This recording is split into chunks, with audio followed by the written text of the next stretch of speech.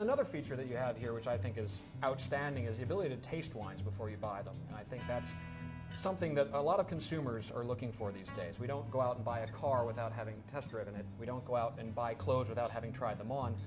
But we're expected to buy wine without having tasted it. Mm-hmm. Do you see that your tasting machines in the shop help to push certain wines, or they're helping to educate people in a way that wasn't possible before? Yes, they educate people. The wines that we put into the tasting machines are a good representation of that style of wine or that grape varietal. It's not meant to sell more of that wine. Okay. That allows our clients to taste 16 different wines based on the Urban Grape scale for you to taste and find your comfort zone.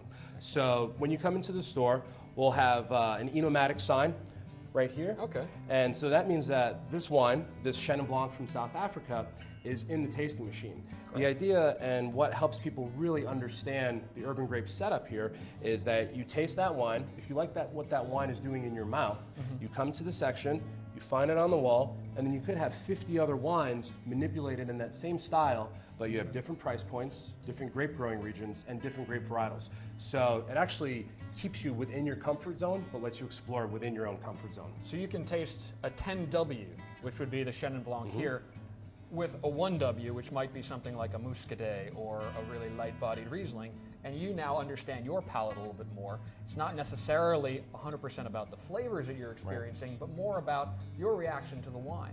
It's great when we go over to the tasting machine. I'll show you that when you have the 8 wines in one tasting machine, whites and rosés, it's very easy for a consumer to say, you know what, I don't like dry wines.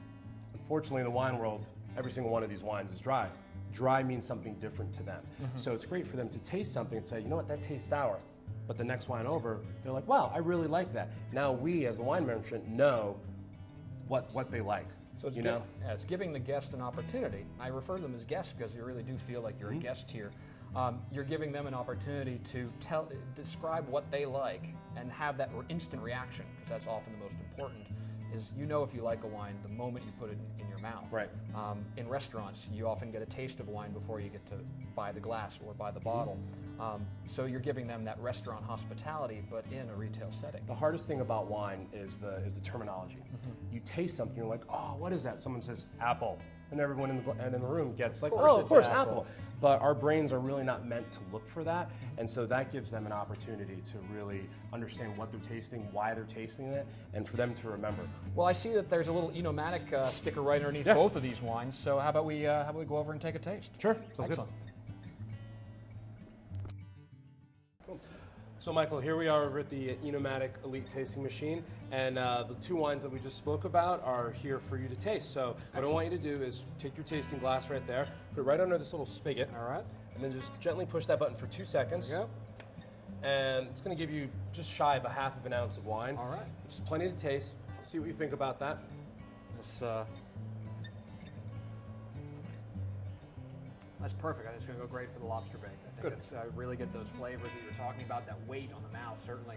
Now I understand what that 10W means. It's kind of oily and rich, and there's a great amount of texture to this wine. 10W is just a number and a letter, but coming over and tasting it now, I really see what a full-bodied white wine tastes like. Right. So excellent. And we have the rosé as well. Yeah, so imagine if you had the last wine with a tuna niçoise. It would totally overpower your food. Yeah, absolutely. About the balance. So next we have the Peyrebalta Rosé. Okay. This is the one from Penedès in northeastern Spain. So same thing. Yep. All right. Let's hold that gently for about 2 seconds. Great. I love this wine. And to be actually quite honest with you, I love barbecuing with this wine, putting it in a rocks glass, throwing a couple ice cubes in it. There we go. It tastes good to me. There's nothing wrong with that. Is that great? That's fantastic. You can get that kind of, I'm tasting that grilled meat, and you'll get that kind of spicy ripe fruit, and this is going to be perfect for that, for the lobster. Great. So, excellent. Well, thank you so much. A couple bottles of each then. Beautiful. All right. So thanks so much for your help today. Thanks, Michael. Thank you.